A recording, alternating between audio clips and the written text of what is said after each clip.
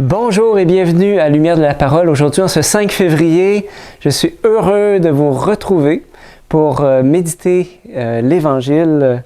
Alors, aujourd'hui, on prend l'Évangile, donc toujours selon Saint Marc. On est rendu au chapitre 6. En ce temps-là, comme le nom de Jésus devenait célèbre, le roi Hérode en entendit parler. On disait: c'est Jean, celui qui baptisait, il est ressuscité d'entre les morts, et voilà pourquoi des miracles se réalisent par lui.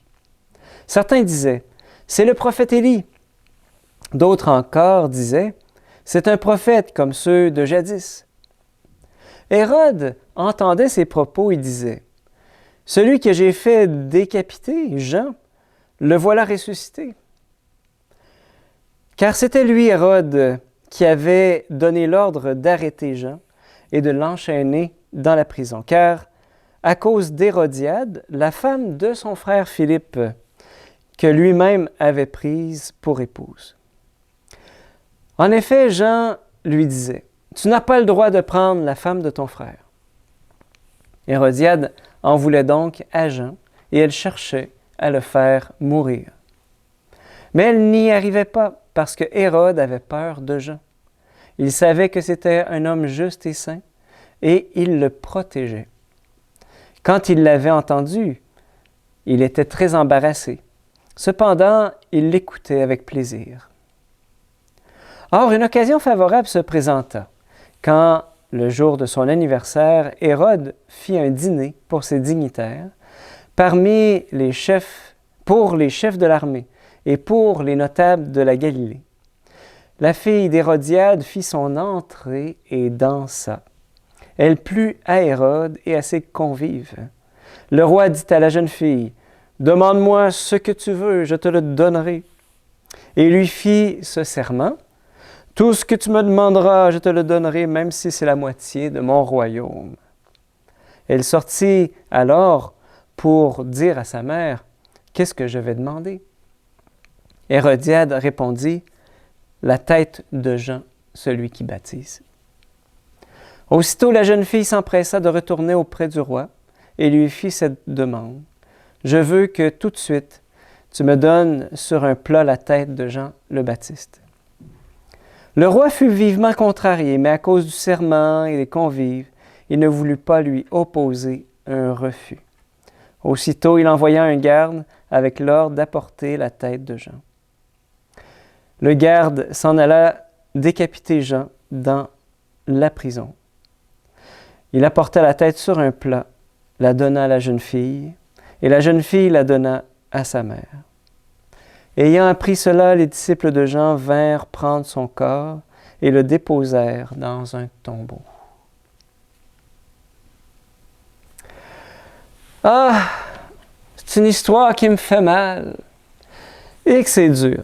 C'est dur parce que on voit tout, au fond, l'évolution du mal, comment ça fourmille, comment c'est des jeux de cours, puis d'influence, puis etc. T'sais. Puis au fond, l'élément qui est clair, c'est que le refus de la conversion entraîne l'injustice. Parce que c'est quoi le problème? C'est quoi le problème? C'est que Hérode et Hérodiade sont en situation d'adultère.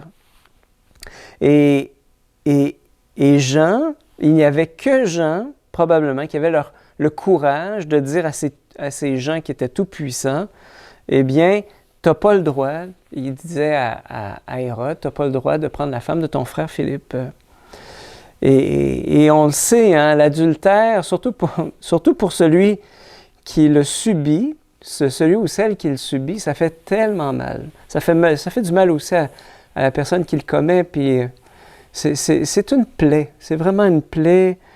Voilà. Puis c'est pas le fait nécessairement d'être en situation d'adultère qui est grave ici, bien que c'est grave, mais c'est le fait de ne pas vouloir changer, de s'installer là-dedans.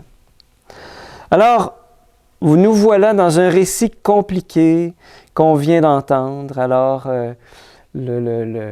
donc, Hérodiade cherchait à faire mourir Jean-Baptiste. Elle ne pouvait pas parce que Hérode était en admiration.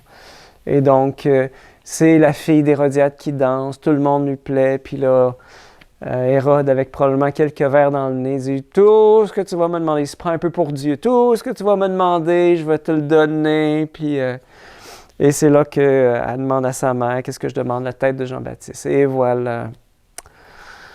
Et donc, au fond, c'est le refus de la conversion d'Hérodienne. Le refus de la conversion d'Hérode entraîne l'injustice, c'est-à-dire la mort de Jean-Baptiste, qui lui a été fidèle du début de sa vie à la fin. Voilà. Et c'est vrai que dans nos vies aussi, c'est le refus de la conversion qui rend des fois nos vies bien compliquées. Hein? Puis ça peut être des choses bien plus banales, mais qui font en sorte que nos vies deviennent vraiment compliquées. Tu sais, je prends juste, juste parler en mal des autres. Tu sais, les réputations qu'on crée de d'autres personnes, des fois même sans même réfléchir, sans même vérifier, sans même penser aux conséquences de nos paroles, le mensonge, refuser de partager, vouloir toujours avoir raison. Hein? Tu sais, le refus de la conversion, tu sais, surtout quand on justifie dans ces attitudes-là, il y a toujours des victimes à un moment donné. Il y a toujours des victimes. Il y a toujours quelqu'un qui va payer le prix. Le refus de la conversion, en fait, ça ne rend pas heureux. Ça ne rend pas heureux. Puis je suis certain qu'Hérodiade et Hérode n'étaient pas des personnes qui étaient heureuses. Parce qu'ils refusaient comme ça de se convertir finalement. Et donc, et je pense, tu sais, juste la fille d'Hérodiade qui s'est mise à danser puis qui a plu à tout le monde. Tu sais, moi, je pense beaucoup, tu sais, ça devait être sensuel, ça devait être... et je pense tout spécialement à la pornographie. On a ici, pas loin de nous, on a le magazine Le Verbe, là, que Simon Lessard a fait un excellent article sur des statistiques concernant la pornographie. Eh bien, le simple fait, il nous disait ça, le simple fait de consommer de la pornographie entraîne d'immenses conséquences au niveau des injustices faites aux personnes. Parce qu'il disait, de plus en plus dans l'industrie de la porno, les gens ne sont pas consentants. C'est des actes de plus en plus dégradants et les gens ne sont pas toujours consentants. Les femmes, les hommes, et même, on parle même d'enfants, là, tu sais, qui ne sont pas consentants. Et on encourage comme ça une traite des êtres humains. Et il y a vraiment un esclavage moderne là-dedans.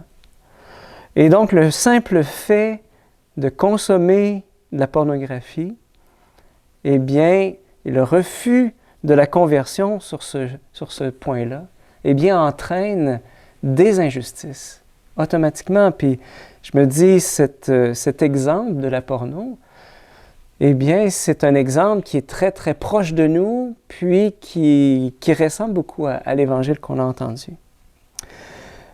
Alors, l'idée, ce n'est pas d'avoir des faiblesses. J'en ai, on en a tous, je pense.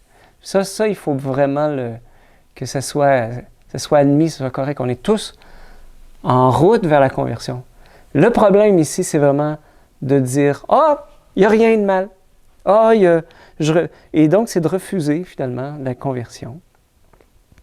Alors, demandons à Jésus aujourd'hui de transformer nos cœurs.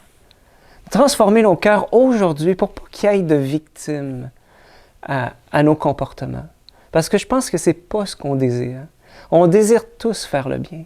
On désire tous être des hommes et des femmes d'amour, de fidélité, voilà. On désire être des gens de bien. On désire en fait être des fils et des filles de Dieu. Alors demandons à Jésus dans sa miséricorde qui nous regarde avec tendresse et qui vienne nous libérer de tout ce qui nous rend pas libres. Donnons-lui aujourd'hui la permission d'agir dans nos vies. Et je demande vraiment au Seigneur ce vendredi de nous bénir, de nous garder unis les uns aux autres. Prions les uns pour les autres. Moi, je prie pour vous, priez pour moi, afin qu'on soit des disciples de Jésus toujours plus fidèles. Et je demande au Seigneur de vous bénir, au nom du Père, du Fils et du Saint-Esprit. On se retrouve la semaine prochaine, lundi, pour nos capsules Lumière de la parole. C'était Père Dominique. Ça me fait plaisir d'être avec vous, de vous accompagner sur ce chemin. On se dit à la prochaine. N'hésitez pas à commenter si vous avez des questions, si vous avez des émerveillements, des choses où vous n'êtes pas d'accord. N'hésitez pas, ça va me faire plaisir de répondre. Bonne semaine, bonne fin de semaine.